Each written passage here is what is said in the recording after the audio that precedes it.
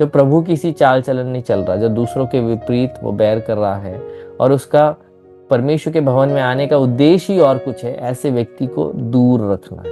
क्योंकि वो क्या कर सकता है, वो अनेक लोगों को, जो मसीह में शिशु है, जो मसीह यीशु में अभी भी बच्चे हैं, है ना, उनको क्या कर सकता है, भटका सकता है ना, उनके जीवनों में बुरा प्रभाव डाल सकता है। तो उसलिए ऐसे व्यक्ति से क्या करो, दूर रहो, है ना। और वो व्यक्ति जो शिक्षाओं में बना नहीं रहता, है ना। तो मेरे प्रियो, ये चाल चलन खराब किसका होता है, आपने कभी सोचा है? चाल चलन किसका खराब होता है ना? वो उसी व्यक्ति का होता है जो प्रभु के वचन में नहीं चल रहा होता। ऐसा एक भी व्यक्ति इस संसार में नहीं है जो वचन में चल रहा है और उसका जीवन क्या कहते हैं, अच्छा एक गवाही नहीं है ना। ऐसा हो ही नहीं सकता, क्योंकि अगर वो प्रभु के वचनों में चल रहा है, प्रभु के वचनों को अगर वो मनन कर रहा है और वो प्रभु में बना रह रहा है, तो उसके जीवन से कभी भी किसी को हानि नहीं हो सकती, है ना।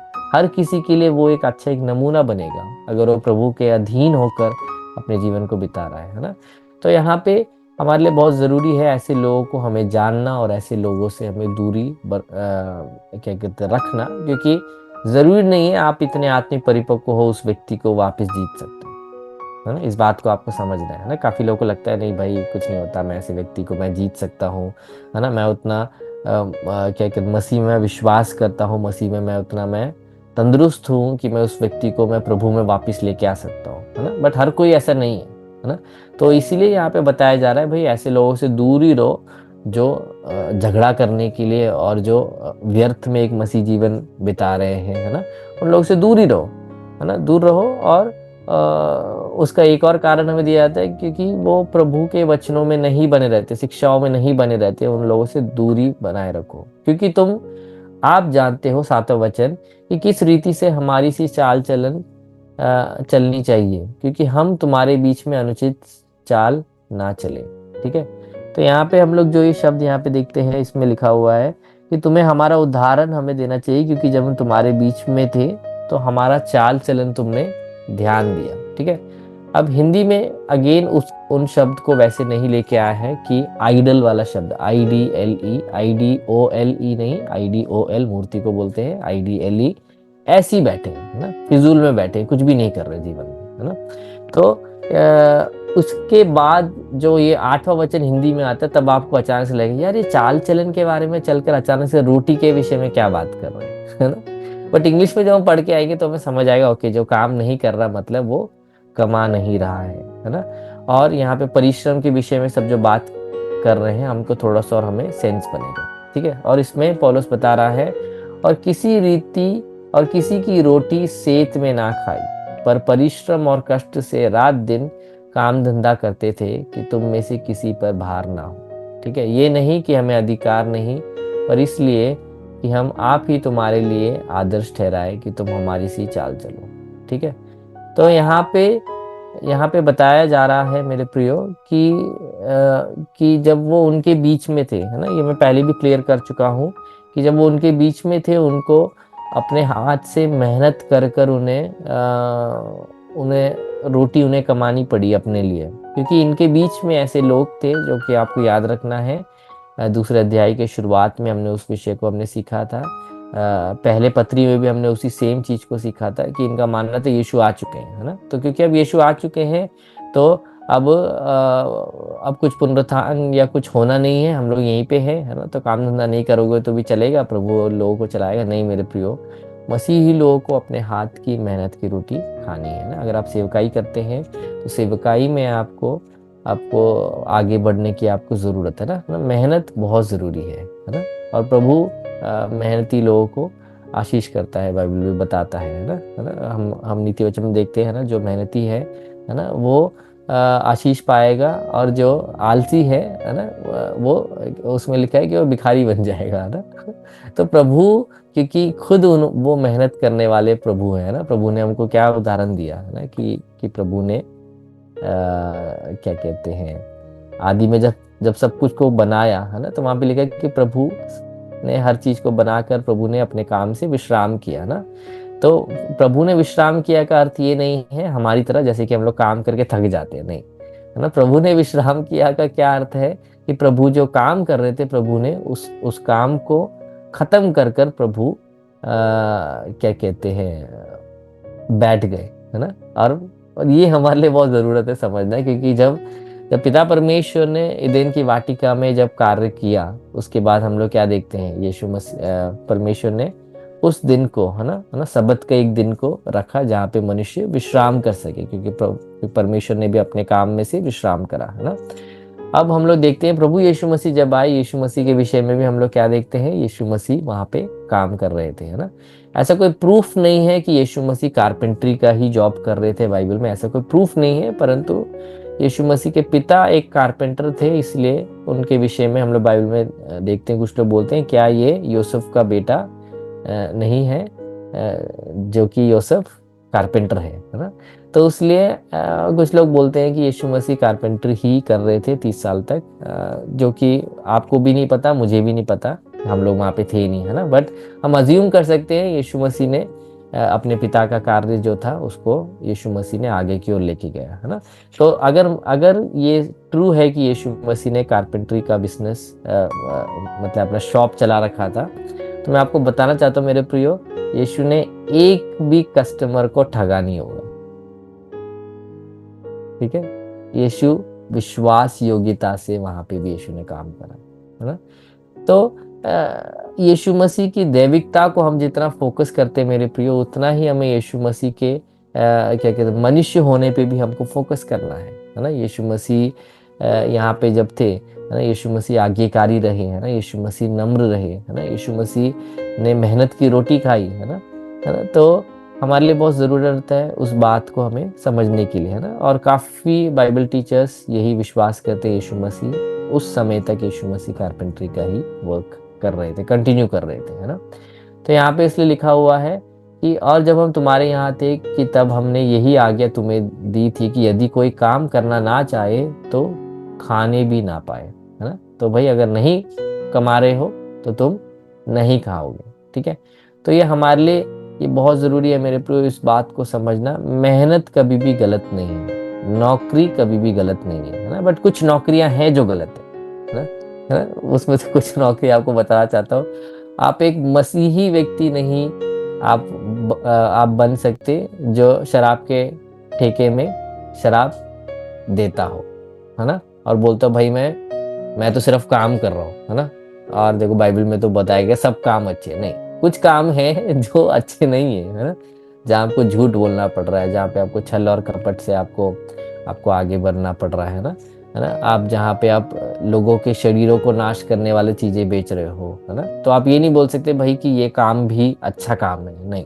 कुछ काम है जो प्रभु के उपस्थिति में गलत है तो गलत है ना। तो आज मैं आपके सामने ये हमारा अब जो आगे का जो भाग है उसमें ज़्यादा कुछ है नहीं, ठीक है। बट मैं आपको जस्ट कुछ वचनों को पढ़वा के जो आगे का हमारा जो समय है उसमें कुछ इंपॉर्टेंट टॉपिक्स को आपके साथ मैं रखना चाहूँगा, आपके मनों में क्लैरिटी मिलने पाए उसलिए, ठीक है। तो उसमें लिखा है अगले आयत को 11वां, हम सुनते हैं कि कितने लोग तुम्हारे बीच में अनुचित चाल चलते हैं और कुछ काम नहीं करते, पर औरों के काम में हाथ डाला करते हैं, है ना। और आप नोटिस करना जो एवी बैठे होते हैं ना, है ना, एवी वाला उसका वर्ड का मीनिंग क्या है, जो जिंदगी में कुछ नहीं कर रहे होते, उनका सबसे बड़ा काम होता है दूसरों की जिंदगी में क्या करना, इंटरफेयर करना, है ना। तो यहाँ पे पौलुस यहाँ पे क्या बता रहा है कि पौलुस कैसे एक रिपोर्ट मिलता है कि एक तो अनुचित चाल चल रहे हैं, दूसरा वो कुछ काम नहीं कर रहे हैं। तो सोच के देखो, जिंदगी में मसीह को फॉलो नहीं कर रहे हैं, और नाम और ठप्पा क्या है, मसीही, है ना। और काम नहीं कर रहे हैं, और समाज जब देख रहे तो बोल रहे हैं भाई जिंदगी भी ठीक नहीं है, परिवार भी ठीक नहीं है ना। और क्या है तीसरा, है ना, क्या कहते हैं, चुगली में नंबर 1 है ना। उसमें क्या लिखा है, और औरों के काम में हाथ डाला करते हैं, ठीक है। उसको जरा मैं इंग्लिश में भी जरा मैं आपको जरा पढ़वाना चाहता हूँ, ठीक है। उसमें लिखा है दे आर बिसी बॉडीज, ठीक है। बिसी बॉडीज का मतलब क्या है, कुछ कर नहीं रहे हैं पर तब भी वो बिजी है। किस चीज में बिजी है, प्रभु के वचनों में बिजी नहीं है, प्रार्थना में बिजी नहीं है, दूसरों के जीवनों में बिजी है ना। तो इसलिए मेरे प्रियो, यहाँ पे आप बहुत ध्यान से आप उन बातों को समझना जो यहाँ पे लिखा हुआ। मैं इन सारी चीजों में जरा भी आऊंगा, जरा पहले हम लोग वचन पढ़ लेते हैं, उसके बाद ऐसों को हम प्रभु यीशु में आज्ञा देते और समझाते हैं कि चुपचाप काम करके अपनी रोटी खाया करो, है ना। यहाँ पे देखो, ऐसे लोगों को परमेश्वर की ओर से आज्ञा दिया जाता है कि तुम अपने हाथ से तुम कमाओ और अपने हाथ से तुम काम करो, ठीक है।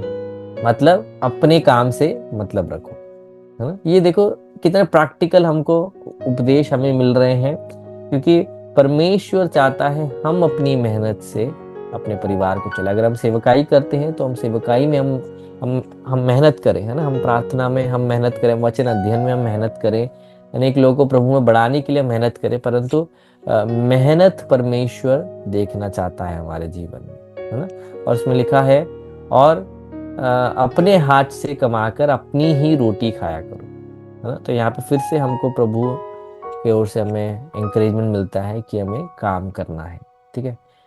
13वां वचन, और तुम हे भाइयों भलाई करने में हियाव ना छोड़ो, है ना। भलाई करने में हमें कभी भी हमें झिझकना नहीं है ना।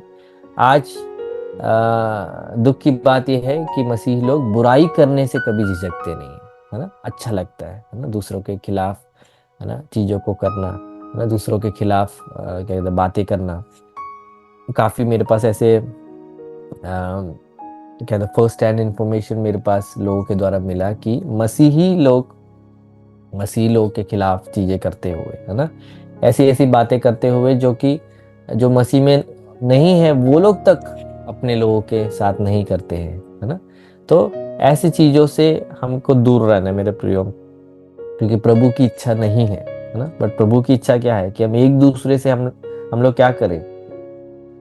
इसमें लिखा हुआ है कि एक दूसरे के प्रति क्या अच्छा करने से कभी भी ये मत करो, ठीक है। मतलब थक ना जाओ, है ना। मतलब, है ना, कितना अच्छा एक शब्द है ना, इंग्लिश में इस्तेमाल किया है कि आप अच्छाई करने से थको मत एक दूसरे के लिए, है ना। जितना हो सकता है एक दूसरे के लिए अच्छाई करते रहो। यदि कोई हमारी इस पत्री की बात को ना माने तो उस पर दृष्टि रखो और उसकी संगति ना करो जिससे वो लज्जित हो, है ना। देखो आज कलीसिया में कोई ऐसा कर सकता है? नहीं। ऐसा करती क्या बोलेंगे, भाई प्रभु का प्रेम नहीं है तुझ में, है ना। पर देखो पौलुस यहाँ पे क्या बता रहा है, भाई जो प्रभु के वचनों में नहीं चल रहा उसको नोट करो, है ना, उसको मार्क करो, भाई ये व्यक्ति है, ठीक है, और उसके साथ कोई लेन देन फिर मत रखो, है ना। ये उसी बात से जुड़ा हुआ है जो हम लोग मत्ती के किताब में हम देखते हैं कि कैसे जो जिसको जाके गलती बताई जा रही है ना, उसको नहीं समझ रहा तो फिर दो लोग जाके बताओ, है ना, फिर उसके बाद पूरे कलीसिया जाके बताओ, है ना। उसके बाद भी अगर वो नहीं मान रहा तो यीशु क्या बोल रहा है, भाई उसको अन्य जाति की तरह फिर ट्रीट करो, है ना। तो यहाँ पे मेरे प्रियो प्रभु बहुत क्लियर है। पिछली क्लास में हमने क्या सीखा था, प्रभु ने हमें चुनने का हमें हमें अधिकार दिया है। सब व्यक्ति के पास चुनाव का परमेश्वर ने अधिकार दिया है ना। तो जो प्रभु में नहीं चल रहा उस व्यक्ति के साथ सहभागिता नहीं करने के लिए हमें बताया गया है ना। सहभागिता के विषय में, प्रार्थना करने के विषय में नहीं लिखा गया वहां पे सहभागिता, है ना। क्योंकि जब एक व्यक्ति मसीह में नहीं चल रहा है, मसीह में वो गलत उदाहरण है, उसके साथ जाके आप सहभागिता कर रहे हैं जैसे कि कुछ भी, है ना, मतलब कुछ भी गलत है ही नहीं, हर चीज सही है भाई, तू जैसे कर रहा है, तो आप क्या कर रहे हो, उसको बढ़ावा दे रहे हो ना। तो उससे हमको दूर रहना है। तो भी उसे बैरी मन समझ पर भाई जानकर चिताओ, है ना। तो इसमें से लिखा हुआ है कि उसको दुश्मन मत मानो। देखो यही वचन तो मैं अभी आपको बता रहा था ना, कि उस व्यक्ति से सहभागिता मत करो परंतु उसको दुश्मन मत मानो, ठीक है। पर उसको एक भाई जानकर उसको वार्न करो, है ना, उसको चेतावनी दो, भाई तू जिस चाल चलन में चल रहा है, तू एक फिसलाहट वाले मार्ग में है, इसका अंत मृत्यु है ना। मन फिरा ले भाई, वापिस आ जा, है ना। तो यहाँ पे बाइबल देखो कितना प्रैक्टिकली हमको बता रहा है, जो चाल चलन सीधा नहीं चल रहा उसके साथ तुम सहभागिता मत रहो, है ना। उसके साथ उठना बैठना कम करो, परंतु उसको दुश्मन मत मानो अपना, है ना। और उसको ये समझाओ कि क्या कहते हैं कि तुझे सुधरने की जरूरत है भाई, है ना, क्योंकि परमेश्वर का जो समय है निकट आ रहा है ना। तो उस बात को हम लोग अपने दिनों में आने वाले समय में हम उन सारी बातों को हमें ध्यान रखना है। और उसके बाद हम अगले वचन को पढ़ेंगे। अब प्रभु की शांति का सोता है आप ही तुम्हें सदा और हर प्रकार से शांति दे, प्रभु आप सबके साथ रहे। ठीक है, तो इसमें लिखा हुआ है, यहाँ पे एक शब्द है जो परमेश्वर का जो क्या कहते हैं टाइटल के रूप में हम देखते हैं, शांति का प्रभु, है ना। प्रभु जो शांति का सोता है, ये हिंदी में लिखा हुआ है, बट एक्चुअल में जो शब्द है कि शांति का प्रभु तुम्हें शांति देने पाए, है ना। मेरे प्रियो, हमारे हृदयों में शांति कौन देता है ना। हमारे हृदयों में शांति प्रभु देता है ना? काफी बार हम शांतिहीन अवस्था में हम क्यों ना गुजरे तो भी प्रभु है जो हमें शांति देता है ना। इसलिए यहाँ पे लिखा है कि सब प्रकार से प्रभु हमको शांति दे, प्रभु सबके साथ रहे। अब हम लोग 17वें वचन की ओर जाएंगे। मैं पौलुस अपने हाथ से नमस्कार लिखता हूँ, हर पत्री में मेरा यही चिन्ह है, इसी प्रकार से लिखता हूँ, है ना। तो अभी इस भाग को काफी लोगों को समझ नहीं आता, मैं इसे आपको बताना चाहता हूँ। पौलुस जब भी पत्री पौलुस लिखता था, पौलुस डिक्टेट करता था, मतलब वो बोलता था और उसके साथ एक व्यक्ति बैठ के लिखता था। ठीक है, परंतु उस जमाने के लोगों को डाउट ना हो तो पौलुस क्या करता था, अपना कुछ ना कुछ उसका चीज होता था जिसको वो पढ़ते थे उनको समझ आता था, है ना। तो उसमें से एक है, जैसे वो लोगों को अभिवादन करता है शुरुआत में, है ना, और अंत में नमस्कार करता है ना। तो ये उसका स्टाइल है, इससे लोग समझ आते हैं भाई ये पौलुस का लेटर है ना। जब लोग हम पत्रस की बात करते हैं तो पत्रस के भाषा शैली और लिखने के ढंग से लोग समझ जाते हैं भाई ये पत्रस है ना, क्योंकि आपको पता है पत्रस पढ़ा लिखा नहीं था, मछुआरा था। पौलुस पढ़ा लिखा था, तो उनके जो भाषा के जो बोलने का जो तरीका है उसमें भी काफी फर्क हम देख सकते हैं ना, जो कि बहुत ही नॉर्मल बात है। तो यहाँ पे पौलुस जहाँ पे भी जिस भी पत्री में आप ऐसे देखते हो ना भाई कि अब मैं अपने हाथ से लिख रहा हूँ, तो उसका मतलब आपको पहले शायद समझ नहीं आया होगा, बट अभी आपको शायद समझ आ गया होगा कि ये वो वाला भाग है जहाँ पौलुस बोल रहा है भाई अब मैं अपने हाथ से लिखकर तुम्हें बता रहा हूँ, ठीक है, कि ये मैं ही हूँ जो लिख रहा हूँ, है ना। हमारे प्रभु यीशु मसीह का अनुग्रह तुम सब पर होता रहे। ठीक है, तो ये था हमारे आज के बाइबल स्टडी का फर्स्ट जो पार्ट है। ठीक है, और अब है जो उसके हम लोग सेकेंड पार्ट को हम लोग यहाँ पे समझेंगे, जो कि सबके लिए एक बड़ा कंफ्यूजन रहता है, उसको मैं क्लियर करना चाहता हूँ। ठीक है मेरे प्रियो, एदेन की वाटिका में जब परमेश्वर ने आदम को जब बनाया था, परमेश्वर का एक उद्देश्य था। ठीक है, और परमेश्वर का जो उद्देश्य था, ठीक है, उसको हम लोग उसको जरा पढ़ेंगे। ठीक है, उत्पत्ति किताब 2:15। ठीक है, इसको मैं आने वाले बाइबल स्टडी में भी मैं इसको लूंगा, परंतु आज हमें एक इम्पॉर्टेंट एक बात को समझाने के लिए मैं आपको बता रहा हूँ। उत्पत्ति की किताब 2 अध्याय